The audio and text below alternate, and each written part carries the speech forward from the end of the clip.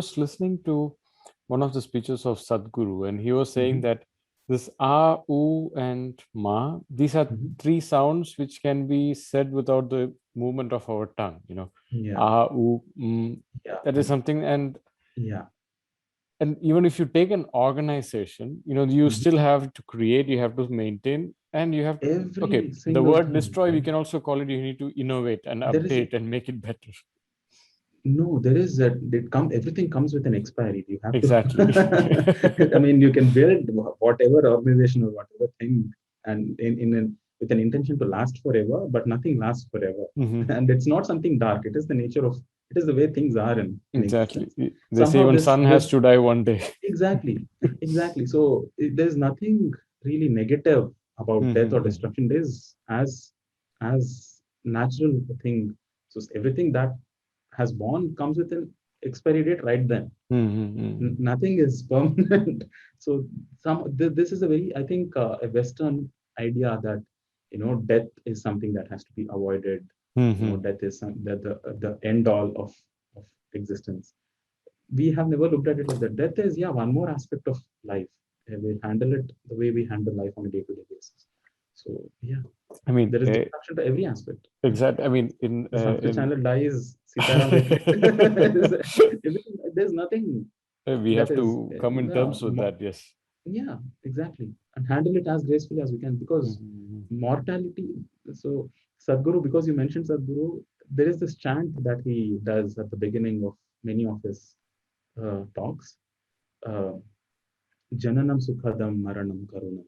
Mhm. I don't know if you heard of it, but the word Maranam Karunam is uh, mortality is compassion. Mhm. Imagine if you just went on forever.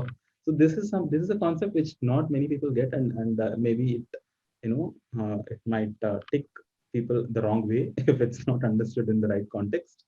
Uh, but mortality is compassion. In one of our stories, Ashwatthama has been cursed. The worst kind of curse that somebody can give you is you will outlive all your progeny. You will just see all of your generations, future generations die, but Mhm. you just live on in that suffering. That is the ultimate suffering. Can you imagine? Somebody curses, Krishna curses Ashwatthama that you will live on and live a torturous life. So mortality is compassion, and it's another aspect of life as we look at it. Yeah. I mean, I Sorry, can so I don't know relate why with we that. got In Ayurveda, like in Sushruta Samhita, the etymology for the word Sharira, here. Mm-hmm. Sharira is, Shiryate. Shiryate anena iti shariram, that Certain. which keeps dying every moment. Exactly. And Exactly. if you look at that, what it means is a living body is alive because it is constantly dying. I mean, and a Mhm. dead body stops dying completely. So if you are alive, you're constantly dying. That's what it means. That's how deeper can Exactly. how more realistic can you get, right? You're not living in some sort of dilemma or a delusion Mm-hmm. that that you're not straight with life. You just accept life for all the possibility that it has to offer. Just be conscious of the limited time you have on earth because it Exactly. is limited at the end of the day. Whatever we do, we are, as Sadhguru again puts it, we are running straight to the grave. Exactly. So it's good to be conscious and be conscious of the opportunity that life has given us out of its enormous compassion, that this limited time frame where we can experience it as an individual Mm-hmm. and do and take charge. So one more story from the scriptures is whenever these gods or whenever all these non-human beings, kinnaras, yakshas, or all the nagas, they want to work on themselves. They want to get something. They want to gain an attainment. They take birth on earth because this is where you have that possibility to take charge of every aspect of creation, that Mm-hmm. possibility of being born as a human being. That is why we are at the peak of evolution, not because we can, you know, exploit the planet like crazy, but because we are born with that potential to do what we want to do. We can, again, as Sadhguru says, we have borrowed heavily from Sadhguru today.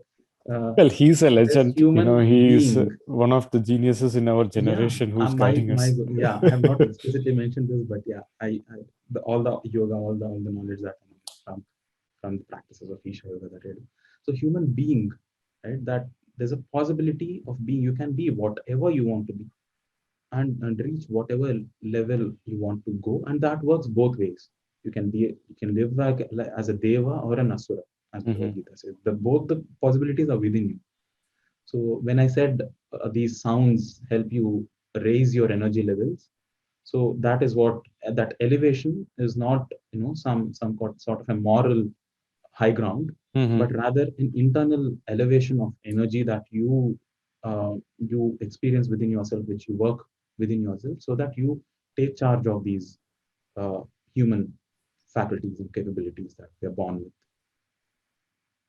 I see. And Uday, in all the chants that you have, learned and performed,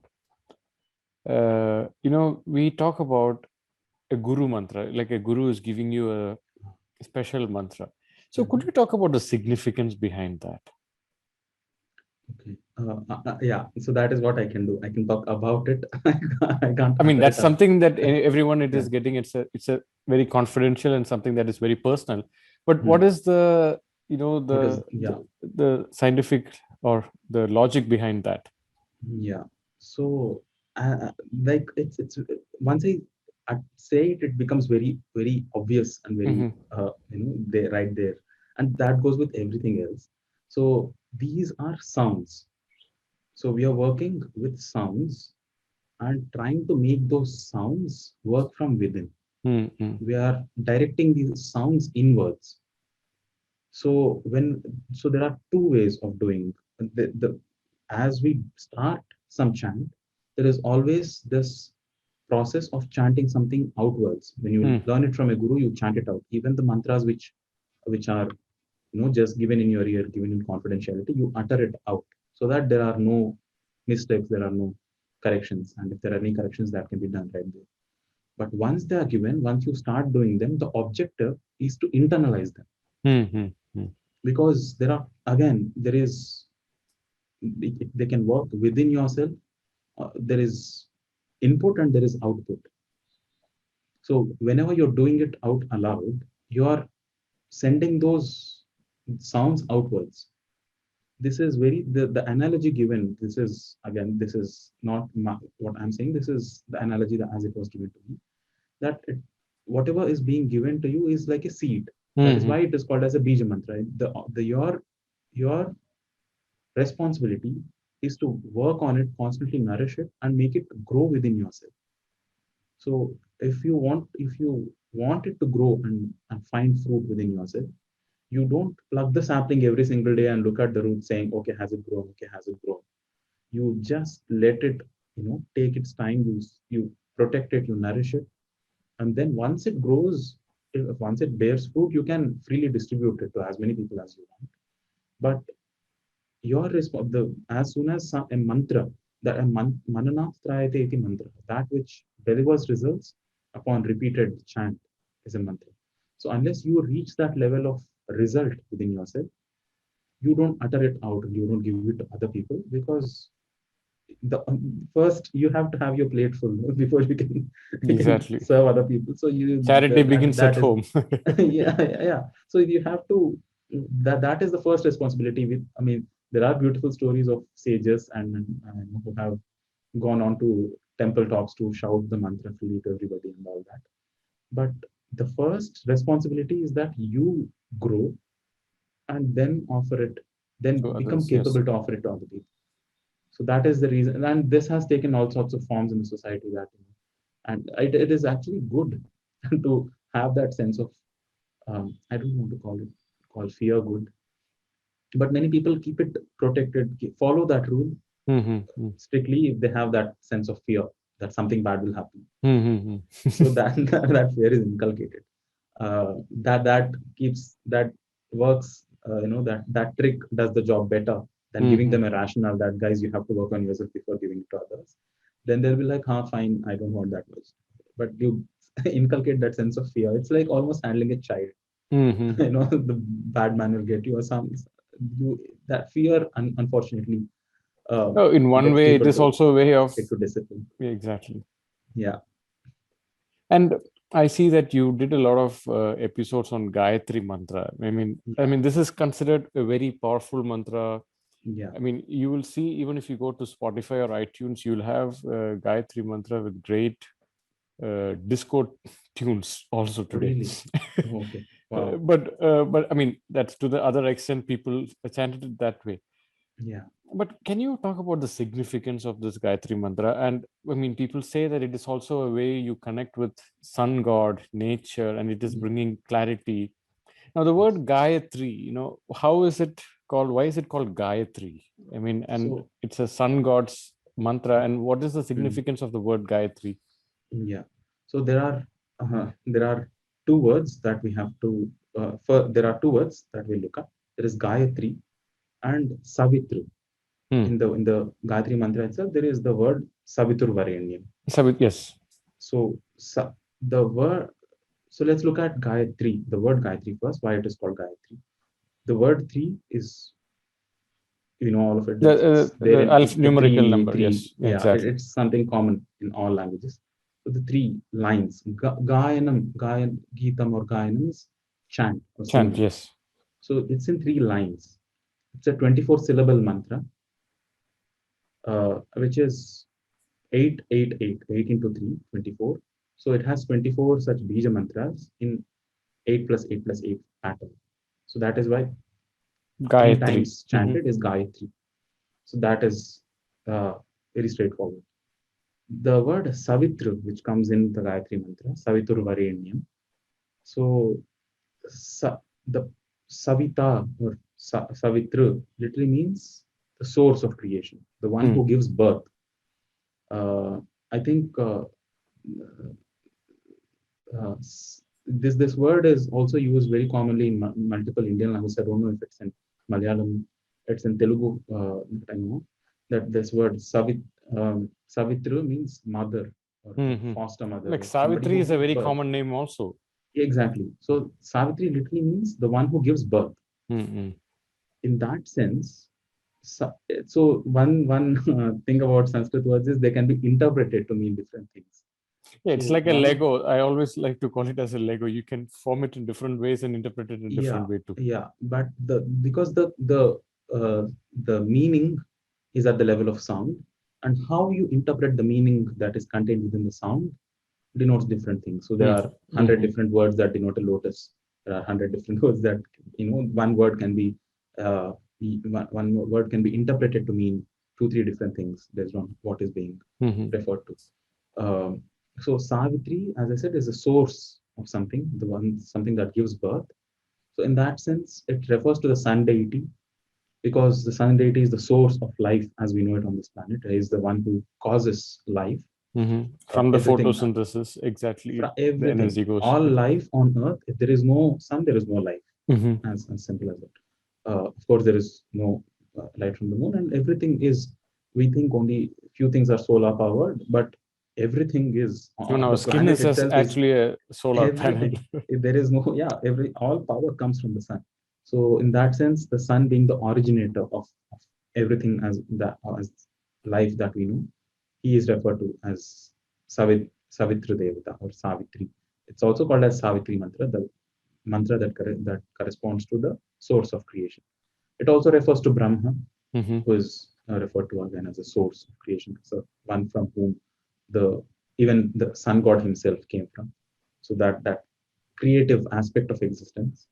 So the mantra itself seeks and seeks upliftment again, to so that our dhiya or our minds can be propelled forward from inertia uh, to higher states of energy.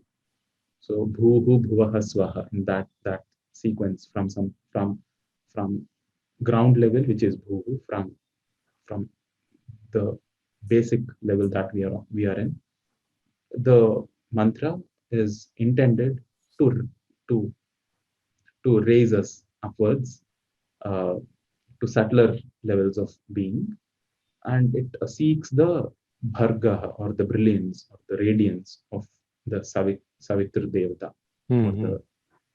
the It's like chanting the source of glory of creation. the sun. Yeah, sun or the source of creation. It seeks the brilliance of the source of creation, that we be propelled forwards from the basic state of existence to a more subtler, to a more to a higher level of living.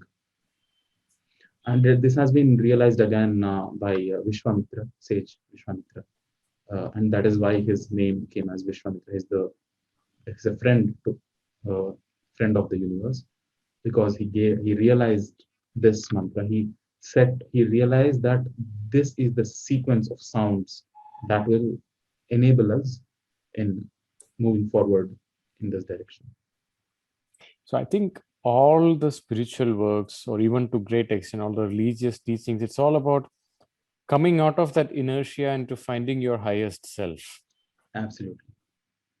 And it could be pranayama, it could be chanting, it could be a lot of sadhanas, or it could Yes. also be going to pilgrimage, going to the energy centers. Exactly. The thing is right there. Going to the Mhm. energy centers, so uh, so this is very yeah, you are right. There's nothing more I can add on top of it. It is Mhm.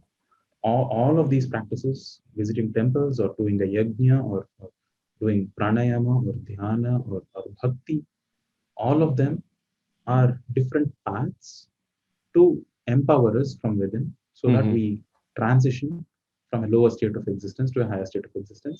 Once again, lower and higher, not in terms of a moral high ground, No, it's and about raising your vibrations in such a way that you're yes, able to perform at your best self. yes, from moving from gross to subtle. Exactly. Gross mean, yeah, something rigid, something very basic, Mhm. to a subtler state of Subtle. existence where you are perceptive, where you where you are one with the life around you. Mhm. So that is the intention of all aspects of sadhana, that irrespective of the path, irrespective of the deity of worship, irrespective of, is it tantric, or is it, is it the aghori sadhana, or is it something Mhm. very sattvic, that it's you do it in your own puja room, you do it with devotion, or you do it with, as karma yoga. All these, the objective of all of them is to move from asat to That sat, way. and tamas to jyoti, and mrityu to amrita. Which, That's a very profound mantra. We chant this yeah, before we started treatment. yeah. And one more thing, Uday, there is this, I don't know if you have it in Telugu, the same statement. In Kerala, we have Mhm. the statement. And if I translate it, what cannot be treated with a yantra has Mhm. to be treated with a mantra. Okay. Uh, I mean, what they're trying to say is mantra is more powerful and subtle, that it is Subtler able to instrument. overcome even Yeah, that is considered to be incurable. That's the yeah. It'll power of what penetrate. mantra. Yeah, Yeah, exactly. it'll definitely penetrate that which the scalpel cannot. Exactly. That's Yeah. what it is saying. Hmm. Uh, Interesting. exactly. Because it is an ethereal energy. The power it can reach out to even a molecular level is much higher. And Hmm. I always say in my lectures, chanting of mantras, it is like the pacemaker. When somebody is having a weak heart, when the heart rate goes down, pacemaker Hmm. tries to bring that energy back up. And it's Hmm. like a subtle vibration that the pacemaker is doing to the heart. Okay. And I think the same way when we chant the mantras, we are raising a particular kind of energy in different aspects of our body. It could be Hmm. different chakras in our body, and that is Hmm. helping us to come out of it. Yeah, exactly. I don't know how a pacemaker works, but that definitely is what the intention of a mantra, that it Mm-hmm. energizes you from within. It works on the energy level of the body, which is the pranamaya kosha. Yes, And there are these different, uh, so bodies seen as the five uh, koshas. at five different levels of existence. There is the physical body that we know as our limbs and our, from head to toe, the physical body, which is a consequence of the food that we consume Annamaya on a Kosha. daily, Mhm. annamaya kosha, which is the most physical. For this, if there is an ailment, you have to work on this. The only tool to access this is our physical tools, because this is a physical at the physical plane. And then above this, there are multiple other levels, subtler levels of of body. The next one being the Manomaya Kosha, which still people understand and relate with, because these are the thoughts and emotions. People think they are two different things, but still it's manas, or it's the uh, mental projections that we Mm-hmm. have, uh, which at a subtler level compared to our body. To work on this, the things that we do at a mental level are might be one level subtler than physical, but still they are seen as not something too beyond the physical plane. They are just one level above. And beyond this, there is pranamaya kosha, which is our breath and the energy that flows through the body, which animates everything from within, which is the switch, which is the which is the energy, which is the electricity that powers this circuit. Um, the pranamaya kosha, which is where the chakras and that is what the breath that we take in that gathers at different junctions of our body and is redistributed to across these pathways called as nadis. You being in Ayurveda, you might know these pathways and you might have heard about these nadis much more. So all these 72,000 fine, like the most, and they branch down into even millions, but uh, the way they keep branching and branching and branching out, the level of detail to which these are described, it definitely cannot be fiction. So it's Exactly. it's very Exactly. it's such a uh, systematic exploration. It's just that because these are beyond the scope of the instruments that we have right now in our laboratory, modern laboratories, which are still trying to work at the physical symptoms and the body level, physical body, Annamaya Kosha. And right now are stepping into the zone of mental illnesses and just now They're handling just scratching the Manomaya surface Kosha. of that. Yeah, Exactly. Manomaya Kosha, they think is the pinnacle of today's thing, today's modern healthcare. That, oh my God, so far we have just been looking at physical ailments. Now there are mental ailments also, Exactly. but there are pranic ailments. There are which have been which is the first thing that a, a, a, a healer Holistic from the past, approaches. Yes. yeah, Yeah. would look at what is the root cause that is creating this problem. You fell down, you broke your ankle. Of course, you need to work on your thing, but something deeper than that exists. There are sources. There is a source which is powering all this up.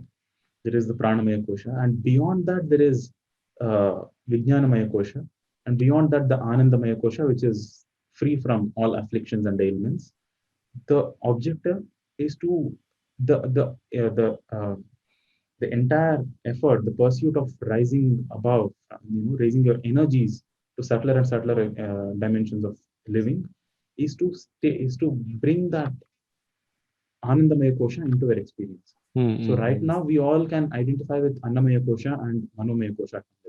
With a little bit of Pranamaya Kosha, it is very easy. It doesn't take years and years of sadhana. Within a couple of months of dedicated sadhana, the Pranamaya Kosha will come into people's experience. Once that is there in people's experience, it's you don't have to convince them again, saying there are more subtler dimensions to pursue. So it becomes, it's like a person has found a map and it's a Mm-hmm. reliable map and has gone forward to a certain extent. Now uh, he has the credibility, he has the confidence in the map, and he'll go all the way. So that is the objective of all these practices and sadhanas that are devised by many schools of yoga, which have been passed through the um, the treatments of Charak Samhita, Sushruta Samhita, Ashtanga Hridayam, the recommendations that are present there enable a human being to live in that state, to keep the Annamaya Kosha and Manomaya Kosha at a certain level of vibrance and free from diseases. Only when the Annamaya Kosha and Manomaya Kosha are reasonably settled and are at a certain level of vibrance, that one can go beyond and experience the other uh, subtler layers. It's Mm-hmm. like climbing a ladder. Only if the first two steps are strong enough, you can You climb can go up. beyond them. Exactly. You have the confidence to climb up and experience subtler dimensions.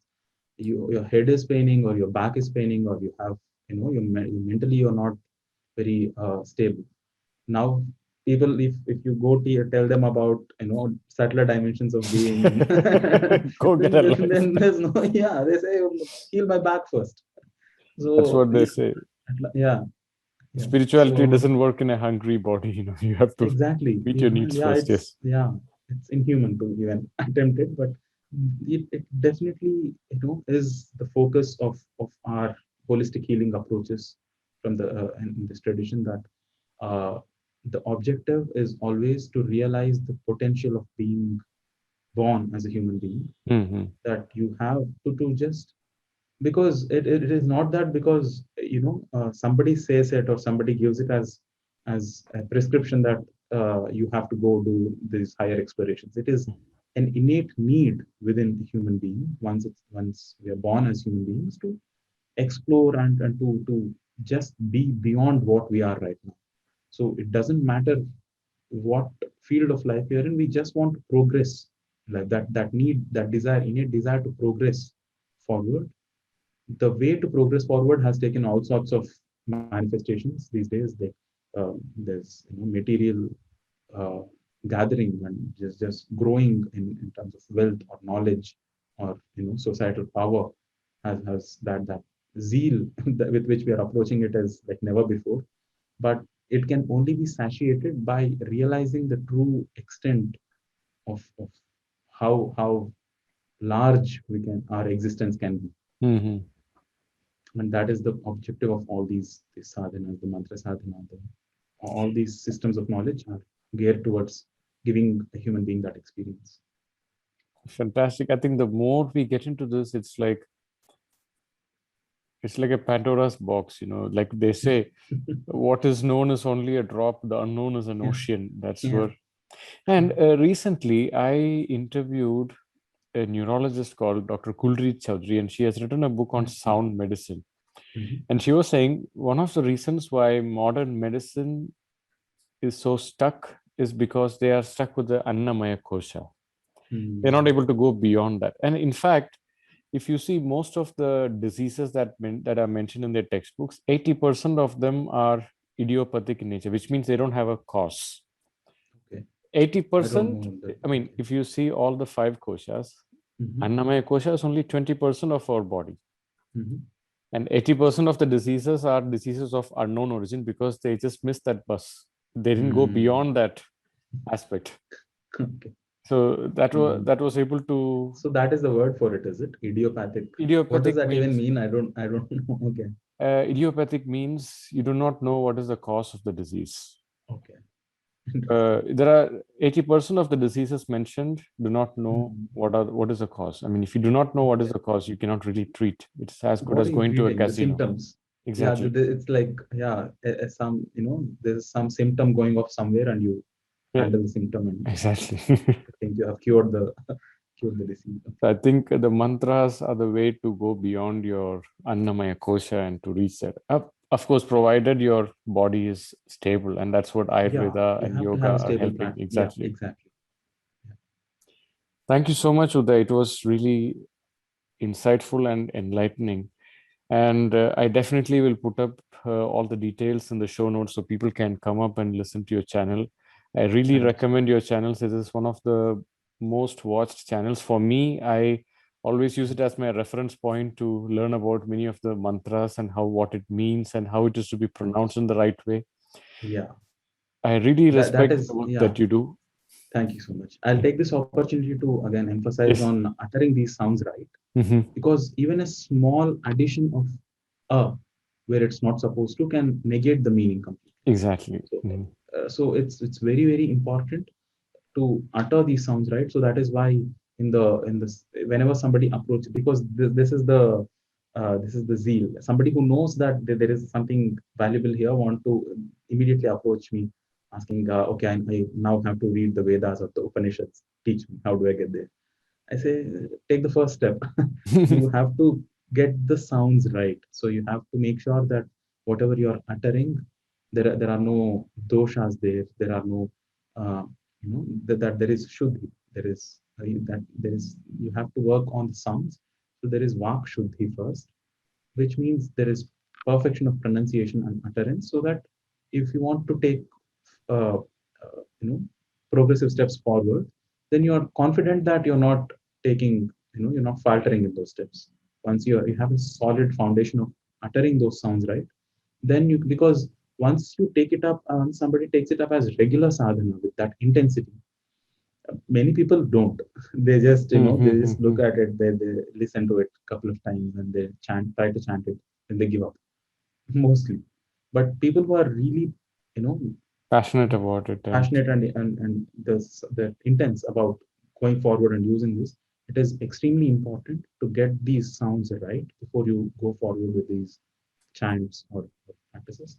And when it comes to the topic of Vedas, on top of Vak Shuddhi, there is also Swara Shuddhi and Matra Shuddhi, which is because they are intonations. There are these swaras, notes, musical notes. That there are three different musical levels or notes, basically, that you chant them out. And even, and I don't know this by experience. I've only heard it. I've heard it from somebody else, that even changing the swara of uh, the sound in a Vedic chant can change the meaning of it. So Brahma uttered with, with um, a lower note, starting on a lower note, has one meaning, and Brahma starting on a higher note has a different meaning. This is not something that I've explored much, but I don't want to doubt it yet. mm-hmm. I'm No, sure it's like adding one more zero can make a huge difference in the whole numerics. yeah. So it's very important that the foundational step is right, as you just mentioned, and I wanted to take this opportunity to just Yeah, emphasize on the it's last good point that that you you mentioned, mentioned it. Yes. that Vak Shuddhi is of extreme importance before somebody starts taking these chants up as regular practice. At the same time, I also tell people, I mean, yes, Vakshuddhi is important and the right pronunciation makes sure that, the right vibrations are achieved. Yeah. At the same time, don't be so focused that what if I say it wrong? Will I miss it? Sometimes Mm. let not that be a hurdle to start learning it. Learn it. Maybe you might make Yeah. some mistakes, but when you go with the right Yeah. intention, you are able to get into that uh, Yeah. right pronunciation much quicker. Yeah. Yeah, definitely. It should not be a constraint that will stop people from this, from the Exactly. pursuit altogether. Uh, but yeah, there are mistakes. Mhm. If I'm recording something, if I'm recording Aditya today, it's not that I have zero mistakes. I have two, three mistakes. I'm sure. I can, as I'm working on this Sundarakanda chant, Mhm. there are five, six mistakes. There are 1,500 slokas and more. So I can't chant all of them correctly, Mhm. but it's important to know what should be uttered, and it's important to give that attention there. But it should definitely not hamper you on your process of Exactly. going forward. But yeah, And Uday, you also conduct online Sanskrit classes, correct? I offer, yeah, courses right now. I have not. I used to conduct one-to-one classes, but now I don't have the bandwidth to do that with all the content creation for YouTube. I offer courses on Google Classroom, which Mm-hmm. is used by the schools and universities to conduct their classes. So Okay, every fantastic. weekend I have live stream sessions like this. That is why I have all this All set of up the background, ready. fantastic. Yeah, so I interact with the students of these the So they batches can, there once in they visit person. your website and YouTube channel, they'll get access to that, Yeah, how to yeah. enroll for that. So there's a very short uh, short URL. There is bit.ly/Sanskrit-course. The Mm-hmm. registrations there are closed most of the month. Like batches run every month, Mm-hmm. but I open registrations at the end of the last week of every month. So I get registrations there, and we start a batch on the first of every month, the Okay. first week of every month, and so it's a monthly ongoing thing. So Okay. I not recently, it's been many months since I put up a post, since I put up a video on how to learn Sanskrit in a systematic way, the four steps towards learning Sanskrit. The first of them, or the four steps being Vak Shuddhi, which is Mm-hmm. the clarity and perfection of sound.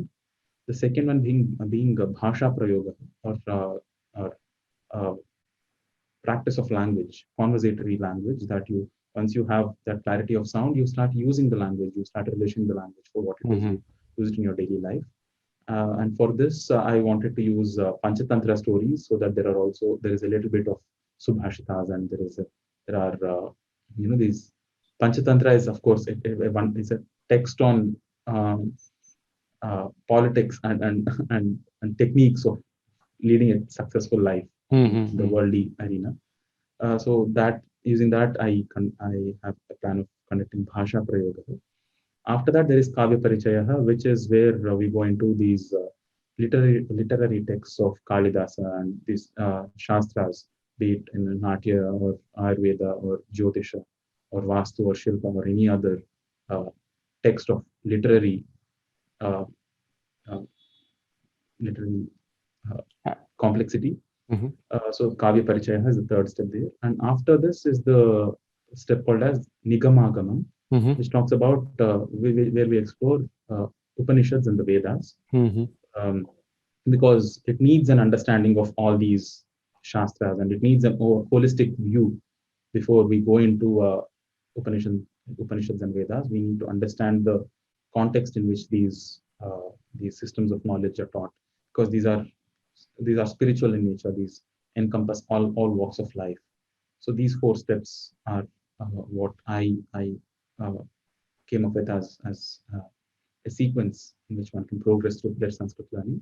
The first step in that pursuit, which is called as Vakshuddhi, is now being offered as a course. Okay. Thank you so much, Uday. And Thank you for having me on your it was podcast. really an honor to have you and share Yeah, such my pleasure. beautiful wisdom. And thank you so much. Thank you so much. Thank you. Namaskar.